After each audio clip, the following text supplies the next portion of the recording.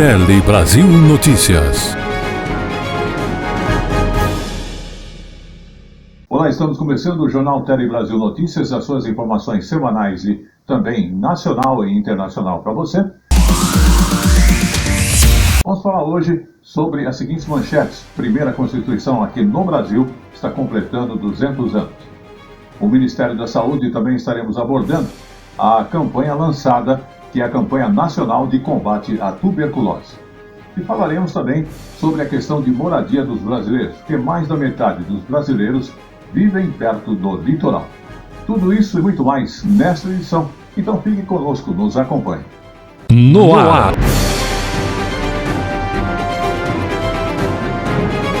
Tele Brasil Notícias.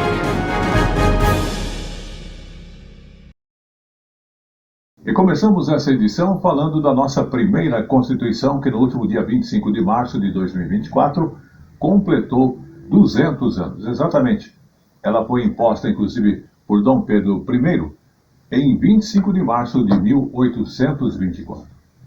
E é uma carta mais longeva das 7 que já nós tivemos aqui dentro do país.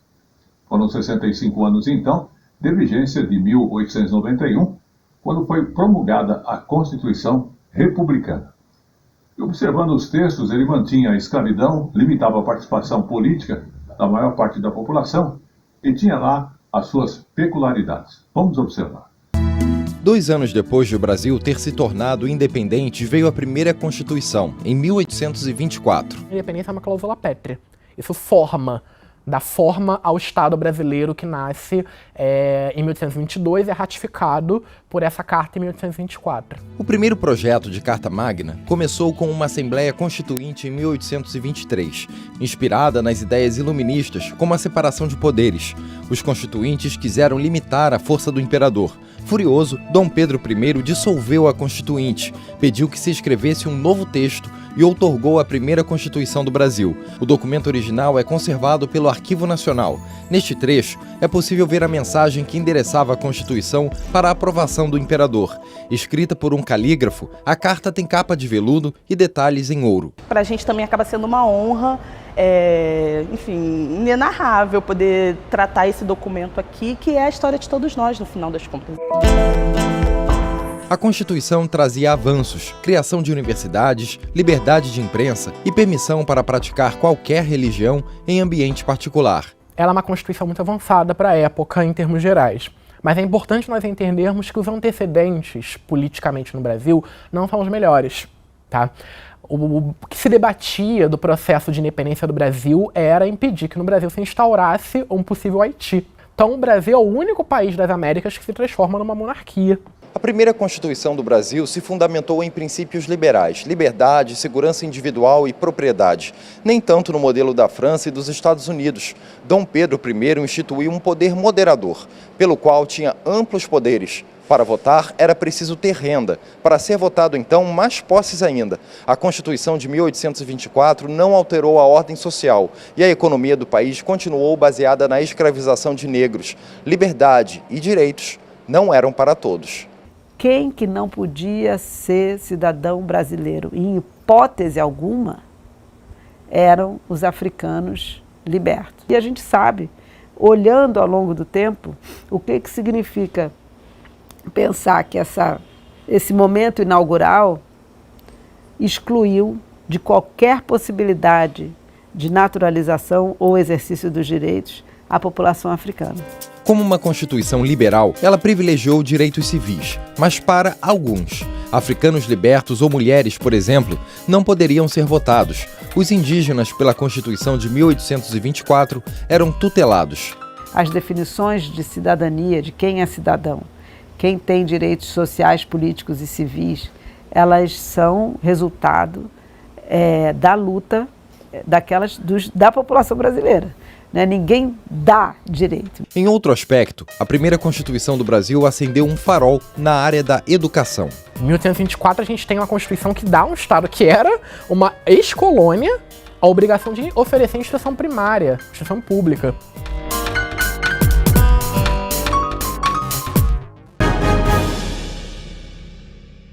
Vamos abordar agora a questão de hábitos, né? Uma pesquisa aponta que comprar por impulso pode prejudicar a saúde financeira.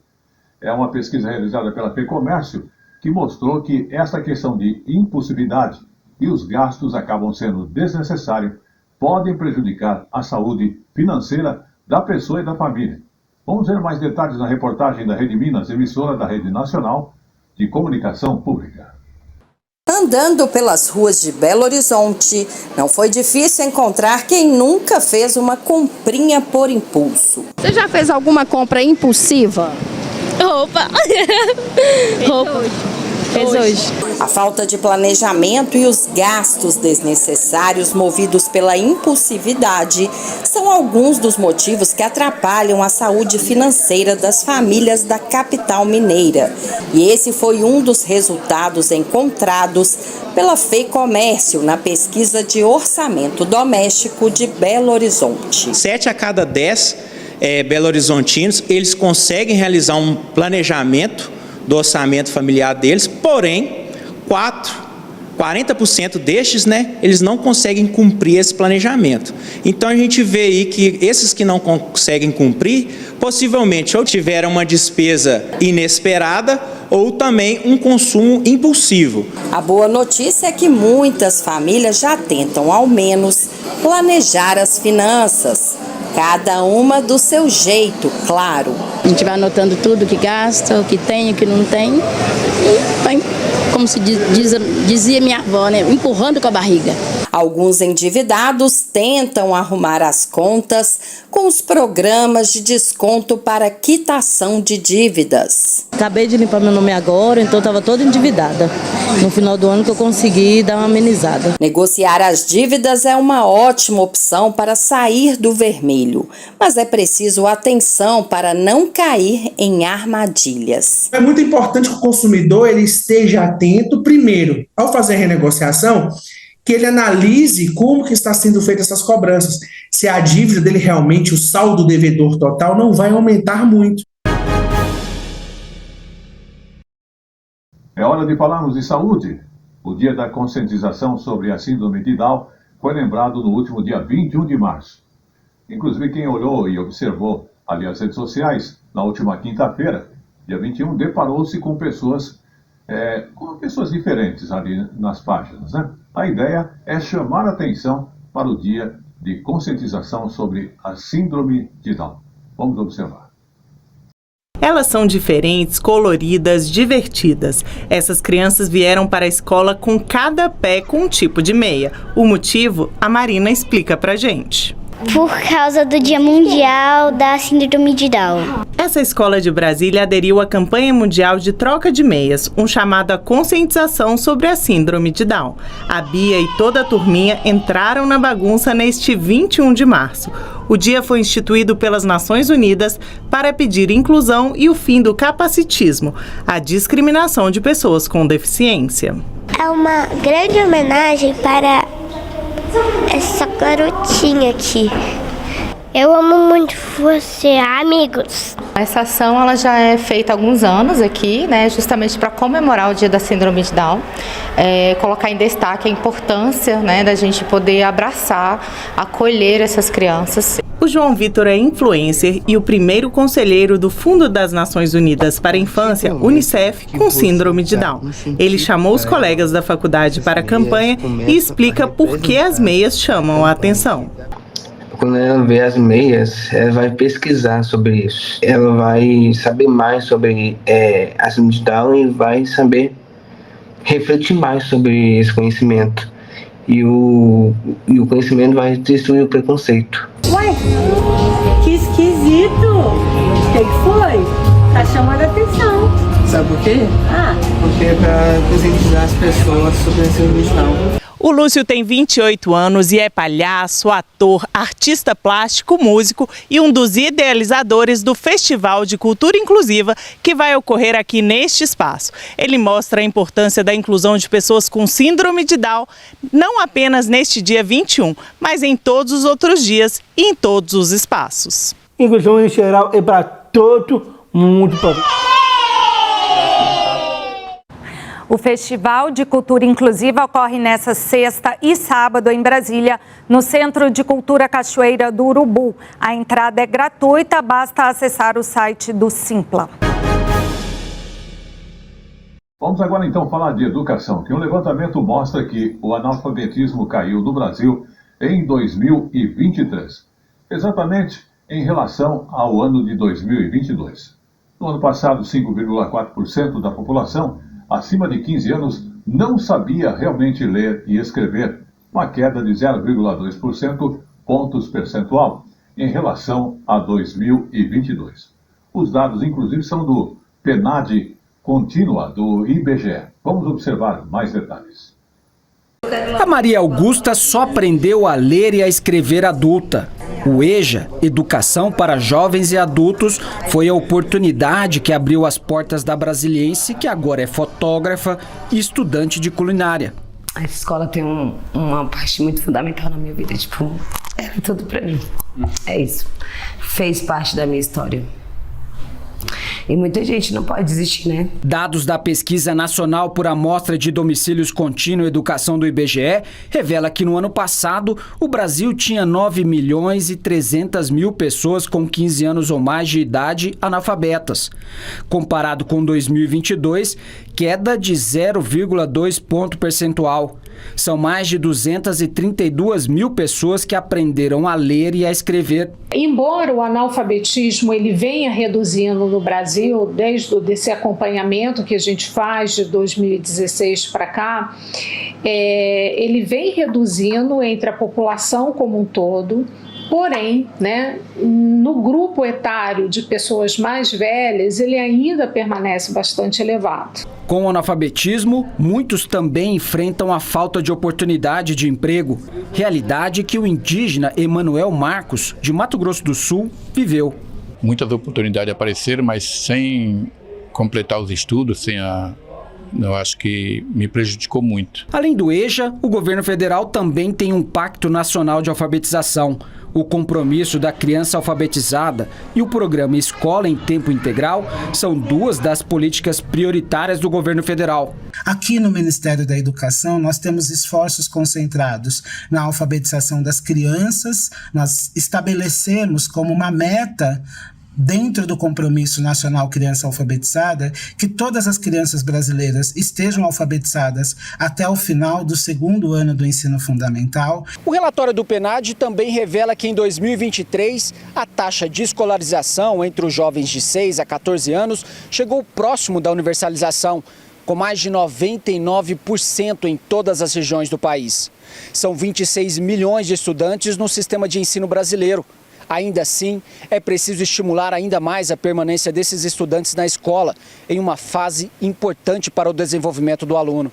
Essa marca dos 15 anos, ela coincide justamente com a entrada ali no ensino médio, mas também é um momento em que o mercado de trabalho começa a competir com a vida estudantil, desses jovens, e muitos deles acabam deixando a escola, os estudos, em função do trabalho. Para manter o aluno na escola, o governo lançou o programa PED Meia, voltado para alunos de 14 a 24 anos matriculados no ensino médio da rede pública.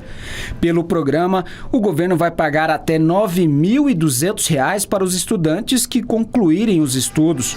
Cerca de 2,5 milhões de alunos devem ser beneficiados. Não há outro caminho de uma nação para que a gente possa garantir um país justo, com oportunidades, com justiça social, sem ser através da educação. A educação transforma a vida das pessoas. A educação é a grande oportunidade para a gente ser o que quiser na vida. Vocês podem ser o que vocês quiserem. Se quiserem ser médicos, se quiserem ser engenheiros, se quiserem ser advogados, se quiserem ser prefeitos, se quiserem ser governador, governadoras, se quiserem ser presidente da República, vocês podem ser o que vocês quiserem. Vamos agora falar então do SUS. O projeto exige divulgação de listas de espera no SUS. Projeto que foi aprovado inclusive pela Câmara dos Deputados exige que os estados ofereçam uma lista atualizada online e de fácil acesso para que os pacientes possam consultar a sua posição na fila para cirurgias eletivas. Consultas e exames também estão incluídos. A medida tem o objetivo de dar transparência e tranquilidade a quem espera por esses procedimentos. A espera por consultas é um sofrimento a mais para quem recebeu o diagnóstico de uma doença grave. Roger descobriu que estava com câncer no intestino no início deste ano. Agora, aguarda por uma cirurgia eletiva pelo Sistema Único de Saúde. Eu acho que seria uma informação importante, sim, para que tenha uma noção de como as coisas estão andando, né? De quantos pacientes estão sendo operados por cada dia que o médico vai lá operar, e por organização também. O projeto aprovado na Câmara determina que sejam publicadas na internet as listas com os nomes dos pacientes que vão ser submetidos a cirurgias eletivas, consultas e exames. Desde o ano passado, o governo trabalha para agilizar esses procedimentos e, em parceria com os estados, já realizou 1 milhão de cirurgias a mais que em 2022. Mas ainda há muita gente à espera de atendimento. Foram mais de 1 milhão de cirurgias feitas a mais do que 2022. Então isso é um dado muito importante. Significa que mais de 1 milhão de pessoas foram atendidas em cirurgias eletivas fora as urgências. Então esse programa que permanece regular, nós ampliamos a tabela do SUS em mais de 4 vezes, ampliamos os hospitais credenciados e é um esforço permanente. Desde outubro do ano passado, o Distrito Federal conta com um site atualizado diariamente com informações sobre procedimentos e cirurgias oferecidas pelo SUS. Atualmente, são mais de 900 mil solicitações em lista de espera para atendimento. De acordo com a Secretaria de Saúde do Distrito Federal, esse sistema, que foi criado em parceria com o Ministério Público, torna as consultas às vagas mais ágil e transparente, tanto para quem está na fila, como para os gestores de saúde. Então, esse sistema deu para nós a possibilidade de verificar essa questão das pactuações, aumentando assim a chance do usuário chegar mais rápido na vaga que estaria ociosa se a região que possui a vaga não tem uma demanda tão alta. Para o deputado federal Chico Alencar, que participou dos debates na Câmara, o projeto coíbe uma cultura de privilégios e apadrinhamento no país. Isso distorce, isso cria nichos privilegiados, isso deturpa o princípio republicano de saúde para todos. Então a lei vem nesse sentido, é muito positiva e há de ser cumprida, né, para o bem da própria população. Vamos agora falar da dengue. O Aedes do Bem, que é usado para combater a dengue, está presente também. Inclusive, com o alto número de casos de dengue, diversos métodos estão sendo usados para combater esta doença. Um deles é o chamado Aedes do Bem, utilizado em canteiros de obras. Vamos observar. Esta construtora instalou as caixinhas do Aedes do Bem em 20 canteiros de obras em Brasília, Goiânia e Uberlândia, Minas Gerais. Neste canteiro, na capital federal, elas vão ajudar diretamente na proteção de cerca de 100 trabalhadores. O método usa mosquitos machos, produzidos em laboratório, que recebem um material genético e fertilizam as fêmeas, já presentes no ambiente. É desta caixinha que saem os mosquitos modificados, chamados de Aedes do Bem. Todos eles são machos e não transmitem a dengue. Quando eles acasalam com as fêmeas, desta união, apenas os machos chegam à fase adulta, diminuindo assim a transmissão da doença. Nós fazemos utilização de cloro em locais onde não é possível eliminar água parada. E além disso, a gente tem a disponibilidade do protetor solar com repelente e a gente reforça isso com os colaboradores em relação aos horários principais para o uso do repelente. Muitos dos infectados pela dengue são trabalhadores que vão precisar se afastar das atividades. No mínimo 5 dias de afastamento, né? E quando o colaborador volta, em geral ele volta mais enfraquecido, às vezes a gente tem que afastá-lo por um período maior. O absenteísmo é maior. Mas afinal, esse método pode ser usado pelo poder público? A estratégia ainda não está entre as recomendadas pelo Ministério da Saúde, que desenvolve, entre outros, o uso de estações disseminadoras de larvicida e o chamado método Wolbachia, que usa uma bactéria para prevenir os casos. Ainda assim, o produto Aedes do Bem tem autorização de comercialização emitida pela Comissão Técnica Nacional de Biossegurança. Essa ferramenta, ela é complementar às ações rotineiramente adotadas pelas prefeituras, por exemplo, como a aplicação de inseticidas e a vigilância do casa a casa. E ela traz muita eficiência, pois o mosquito combate o mosquito. E vamos agora para a saúde bucal, porque o programa Brasil Sorridente completou 20 anos e obteve novos recursos. Sim, ele está completando 20 anos. E é um programa que oferece atendimento gratuito que acabou ganhando novos recursos para se expandir. A rede que ele tem e continuar cuidando da saúde bucal da população de maneira mais completa e, inclusive, abrangente. Vamos observar. Com apenas 2 anos de idade, Ágata passou pela primeira consulta no dentista. Restaurou 2 dentinhos que estavam com cárie e fez limpeza bucal. Todo o atendimento foi gratuito nessa unidade básica de saúde em São Sebastião, cidade a cerca de 20 quilômetros do centro de Brasília. Eu vim na escovação, aí eu vim procurar antes que ela começasse a sentir dor ou qualquer coisa assim. Aí eu já vim procurar para tratar logo. Aos 72 anos, seu José tem um caso bem mais complexo. Ele está retirando todos os dentes para passar por um implante total. Tudo de graça pelo programa Brasil Sorridente. O meu dente quebrou todinho. Aí ia quebrando a ponta pro final e ficava só o toquinho. Aí tive que tirar todos. Não tem jeito. Eu tive que vir correndo pro posto. Mas fui bem atendido, me atendeu muito bem. Agradeço muito a eles, meu atendimento foi muito bom. No início da vida ou na terceira idade, os dentes sempre incomodam. Para atender a população, o Brasil conta há 20 anos com o programa Brasil Sorridente, considerado a porta de entrada no SUS para quem precisa de tratamento dentário. O Brasil Sorridente cobre 45% da população brasileira. São 33.567 equipes de saúde espalhadas por todo o país. Em 2023, o programa recebeu 136 milhões e 800 mil reais em recursos, mais que o dobro dos recursos de 2022. Para 2024, os investimentos previstos no programa por parte do governo federal somam 3 bilhões e 800 milhões de reais. Para que a gente possa fazer o cofinanciamento das equipes, então a gente tem essa possibilidade, né, de aumentar o número de equipes agora em 2024, mais ainda do que a gente aumentou em 2023, e também cofinanciar os nossos outros serviços, né? Então esse investimento robusto vai fazer com que a gente tenha um salto. Nesta UBS, há 11 equipes de saúde bucal.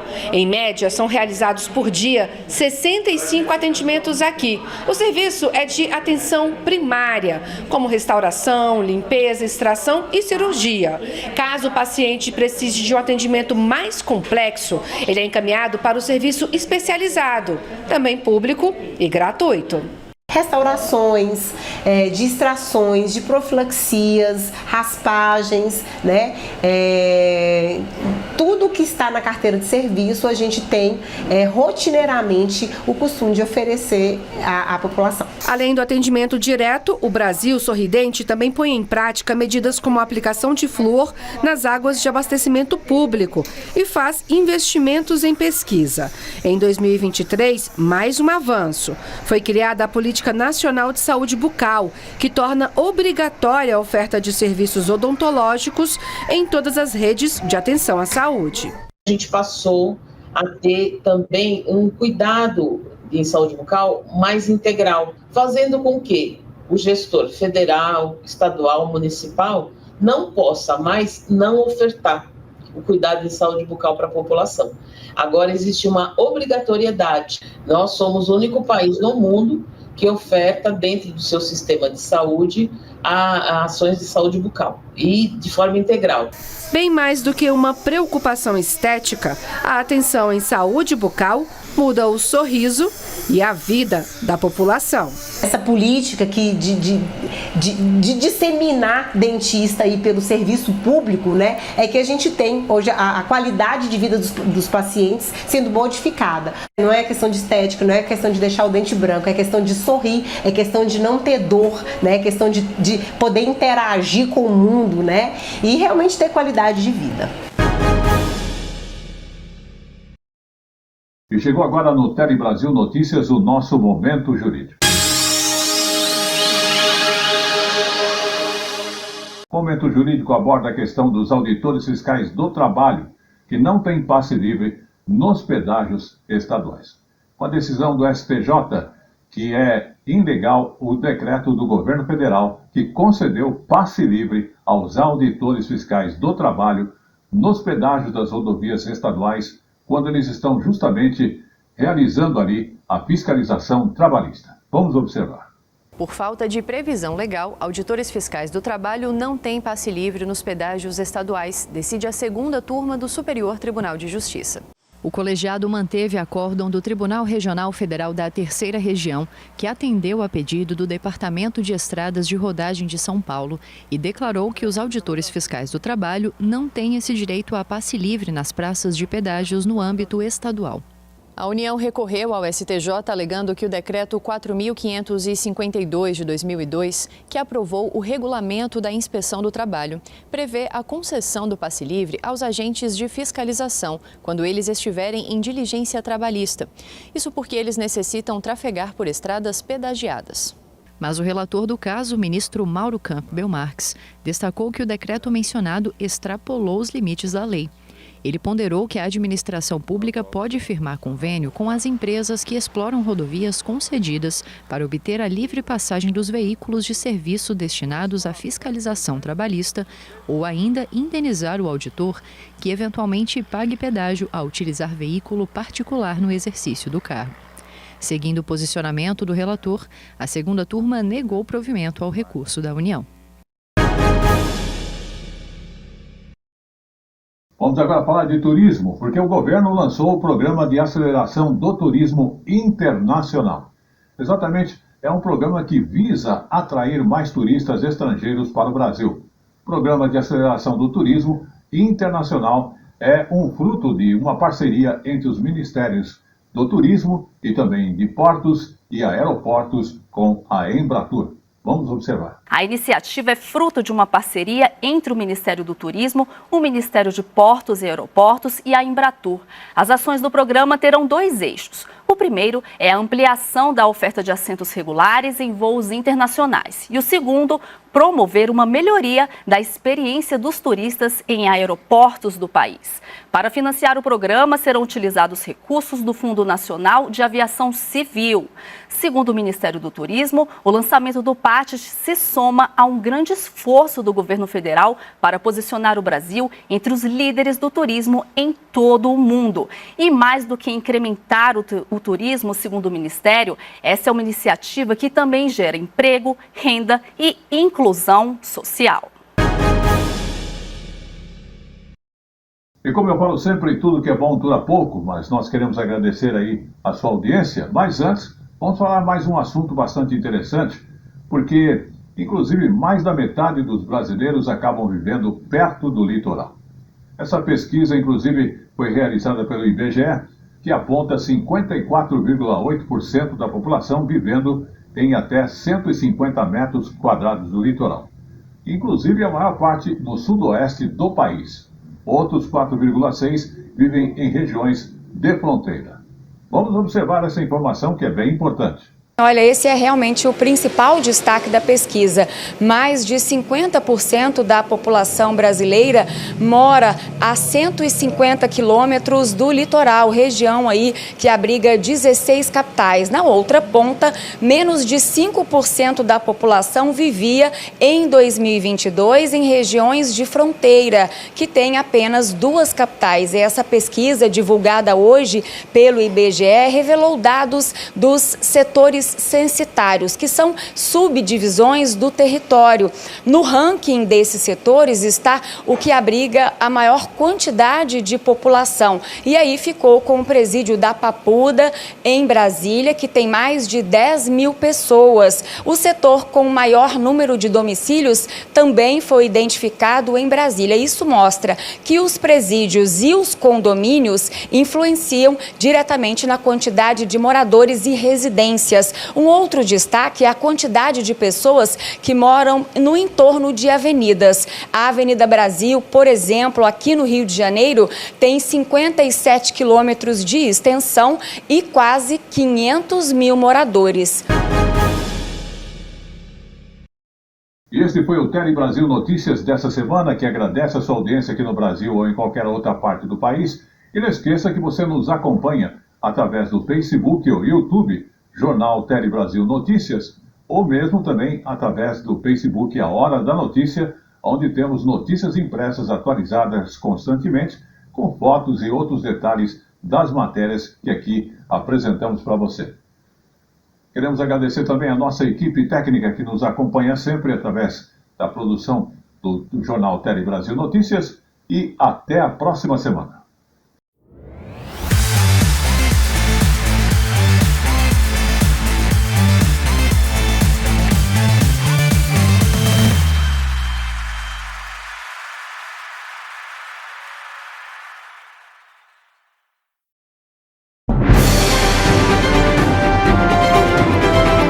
Tele Brasil Notícias.